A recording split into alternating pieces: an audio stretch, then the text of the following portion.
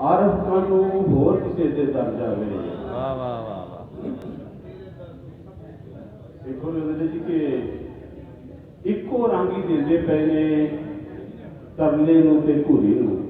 वाह वाह वाह वाह वाह। इको रंग ही देंदे पे ने तरले नूं ते घूरी नूं। ना ही मैनू समझ रहे ने ना मेरी मजबूरी। वाह वाह। कि मेरी कोई सदर नहीं हो, मेरी कोई सदर नहीं हो, बस वो मैनू जीन दवे। मेरी कोई सदर नहीं हो, बस वो मैनू जीन दवे। मैं तो कहना पछी पावे सदर अतरी सूरी नूं। वाह वाह। ते सुनिया ओदे दाग किधरे,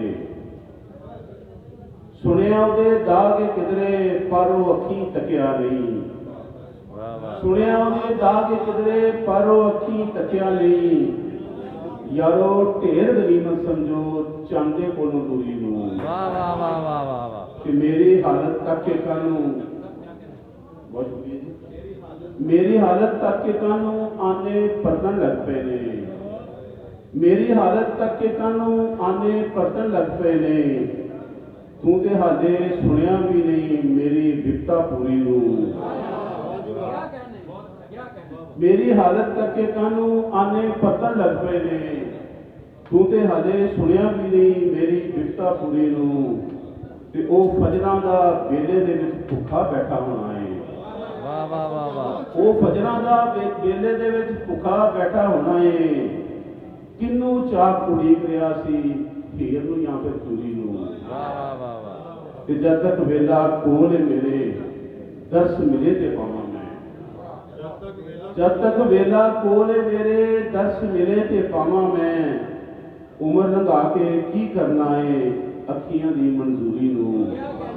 बहुत शुक्रिया सर। तेरे दम नाल इहदे दम दे नाल ही सुख दा टुक्कर रज के खाना वा। इहदे दम दे नाल ही सुख दा टुक्कर रज के खाना वा। आखिर किवें छड़ देवां मैं आरफ जी मजदूरी नूं। इको रंग ही देंदे पे ने तरले नूं ते घूरी नूं। ना ही मैनू समझ रहे ने ना मेरी मजबूरी। डॉक्टर आरफ अपना खूबसूरत कलाम पेश कर रहे हैं।